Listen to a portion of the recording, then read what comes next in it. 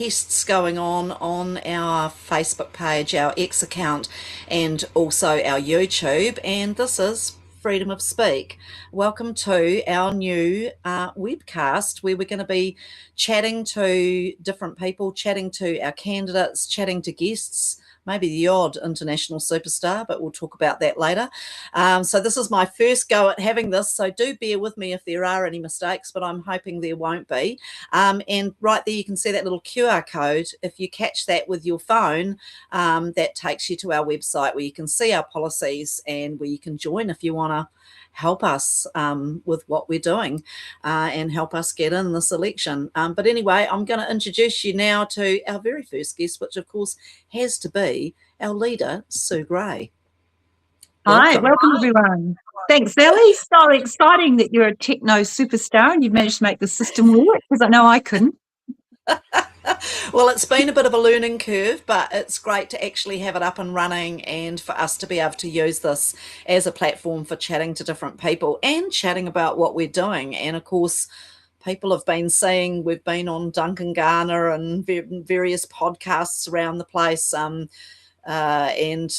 chatting about what we've found with the COVID, back in COVID. And we don't want to make this all about COVID, but what we have found is more about honesty, really, isn't it? It's more about integrity in office. That's really what we've discovered. What we've found is we've got a broken system. I mean, what will it take to force somebody who's in a senior position to resign when they're copped for lying to the public?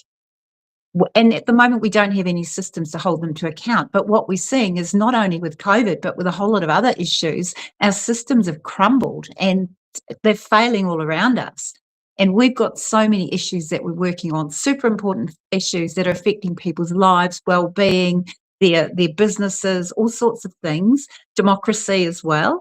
And so we seem to be going down this path of, if the mainstream media won't investigate, well, why don't we? Yeah, well, and really this is what this webcast is all about. It's a way of us to communicate with you. By the way, you can just chat to us too in the chat, and we can answer questions as well. But it's really about holding people accountable. And I mean, that's it. We found the CTAG meeting where they said they'd removed information on myocarditis, and we sort of worked backwards from there. And in that discovery process, we realised that this meeting had remained unminuted. It wasn't in their diaries. And in that process, I've learned a lot more about the fact that that is actually not a very good thing to be doing, and actually can be a breach of the Public Communications Act 2005. So it's like that, basically, as Duncan said to me, you don't move in Parliament without it being minuted. For this to be unminuted and outside of their diaries is highly unusual, not normal, and not best practice. Yeah, well, we've got all these systems that are supposed to promote accountability and to hold our government to account so that we can see what they're doing, why they're doing it. But it seems like they all have their own little ways of avoiding it. I mean, we have it with the Whistleblowers Act, which is one of the few laws which is supposed to protect the whistleblower and actually protect the public by encouraging whistleblowers to come forward. But what we have are government departments who are determined not to operate in according with the law and to do the very thing that the Whistleblowers Act is preventing them from doing. And yeah, Ali, as I was telling you, I've had a couple more whistleblowers that I've been talking to recently. Now that whistleblowers becoming a bit more, well, people are becoming aware, first, that the law is there to protect them, and secondly, that they should be getting protections that they haven't been getting, but at least that we're there helping them. It seems to be encouraging people to come forward. So that's really exciting. Yeah, I think I think this is the thing, is that eventually people will, come forward from the COVID times, because I look at it now, like when my son's in the waiting room for the cardiologist, it's full of young people, so eventually these people are actually, with the vaccine injured particularly, these people are having to face the cold face of what's happened to people, and I think eventually there'll be some people, whether it be nurses or whatever it be, come forward and go, I'm seeing things that aren't right. And it's the same with meetings being unminuted and outside of diaries. There'll be people within the system that knew that that was not right, and to have unminuted, it's an unminuted serious meeting like that with every major cabinet person there, basically, within health. And Mm. so, Yeah. I hope that more And people start to come forward. the coincidence of the very meeting that they choose not to minute is the very meeting where they decided to withhold critical safety information from the public. I mean, we have all these health and safety laws in New Zealand too. They're supposed to protect the public. And what do we have? We have the very entities that are supposed to be encouraging workers to come forward and identify concerns. They punish the workers who come forward. They don't keep records. This is another issue that I'm following up at the moment. And the laws are there, but they're being ignored. What is the point of having all these laws if the government, who is supposed to enforce the laws, just turn a blind eye and look the other way? I mean, we don't have a system if we don't have accountability for breaking the law. And that's to everybody, not just the public.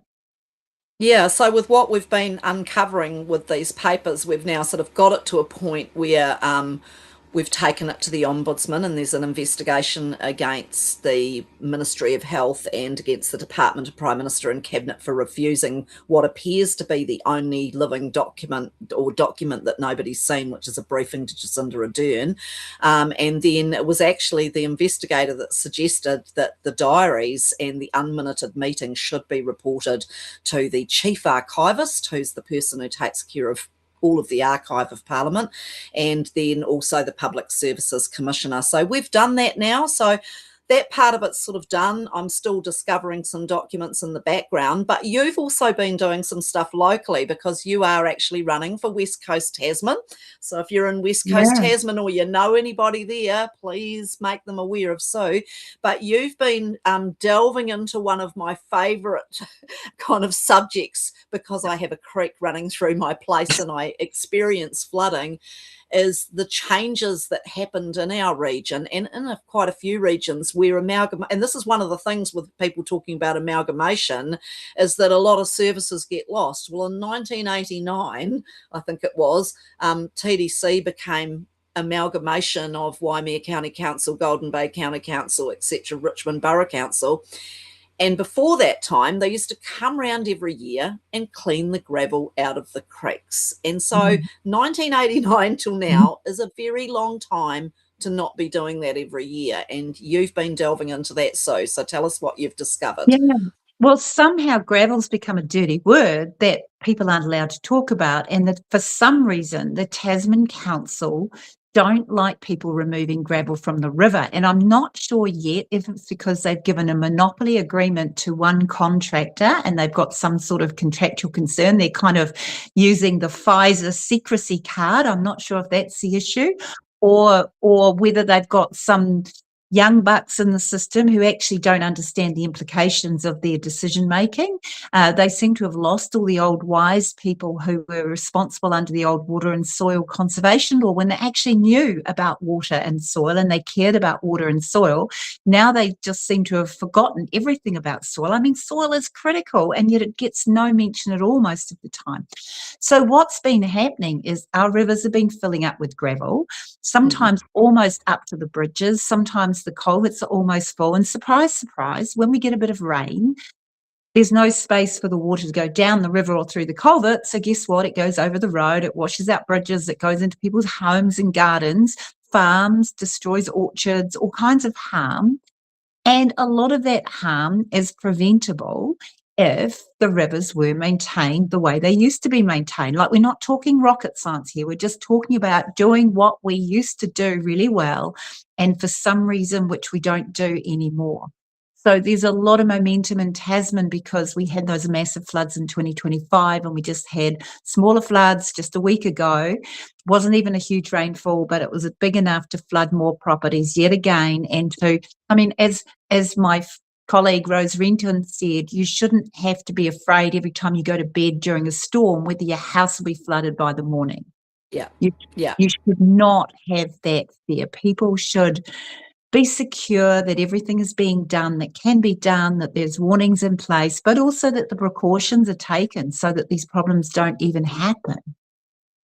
Yeah, well, I mean, living on a property like that, I know what that feels like when the creek is raising up, and we're also, as a party, we've always been about the ecology, and there's sort of things within the ecology that I've discovered. Like, I remember being told by the old man that I bought the property off some 30 years ago that when the Waimea County Council used to come and clean all of the gravel out, they used to do it at certain times of year where the Mm. whitebait spawning wasn't happening, because where I Mm. live, I've got a whitebait spawning area around my bridge, and so they would make sure that they didn't do it while the eggs were down. They did it after the whitebait had hatched. And also there's been a thing too with trout really heating up in the Motueka River, where it's becoming so shallow they need the deep holes to keep cooling, and that's been an issue as well. So there's kind of, even Yeah. though people say, oh, it's scraping gravel out, it's a bad thing, there's actually ecological good things, and it can be done in a way that's careful with the ecology. Yeah, well, there's actually a lot of reports about the benefits of removing gravel. I've been doing some research over the last few days about this, and there's a huge amount of evidence. I went to the meeting in Tupperware a couple of weeks ago where basically it seemed that rules had been set that no one could talk about gravel. Well, why can't we talk about the elephant in the room when that is most of the problem?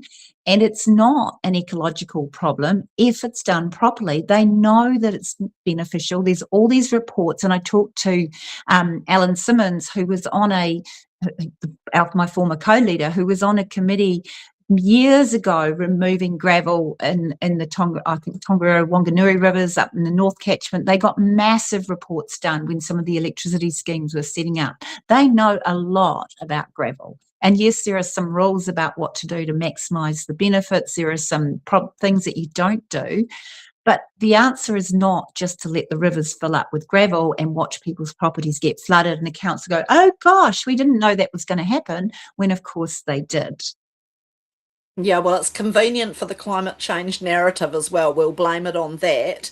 We'll blame it on the climate change Mm. rather than blaming it on the lack of maintenance. So there's a number of things here too, because of the new government rules that we're facing with amalgamation, and that is one of the worries of amalgamation, is that the rural areas get left out, and rivers and river maintenance are a big part of Tasman District. It's something that Nelson doesn't face so much, and I can see Yeah. us being sort of forced together by the government, but we can't do it where the rural perspective is left out of the picture. And I think there's probably some, and you've probably got some ideas here on how to cure this, but from my perspective as a property owner with a stream through it, I can't just get a digger. Like, I would just get a digger in and do it myself when the white bait weren't down, because I do a lot of work with the various outlets and dock and that to look after the white bait spawning ground that's on my property. So like, that could be done, but I can't. I'm not allowed to Mm. remove the gravel, and I think that might be the solution, is to make it okay, because a lot of farmers have the dozers and they have the Yeah. diggers, but they're just not allowed to put them in and take the gravel.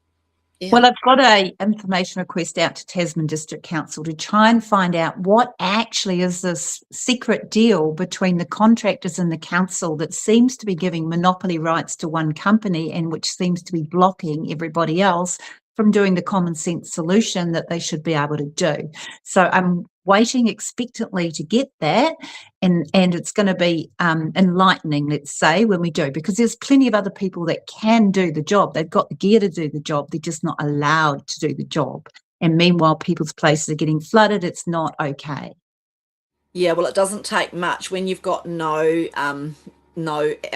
sort of flow space for the Mm. water. It then doesn't take a serious rain event to actually make you flood. It only takes a small rain event, and it's up to your bridge. So it's so important to actually do. And I think that some changes on the rules allowing farmers to do that would be good. And I mean, we've had that too with the contractors before. I remember when the whole thing happened with a big weather event just a couple of years back, and people weren't allowed to clear their own road. And I remember the guys, I think it was Rye Valley, they just went, oh, we're not waiting for you. And they just got their dozers out and their diggers out, and they just cleared their road because they weren't Yeah. going to be trapped in there, and they weren't going to wait for the preferred contractor to be coming to do it. And I think there's not enough use of local people, and a lot of these people, that are small contractors that can do these jobs, they're not getting the jobs.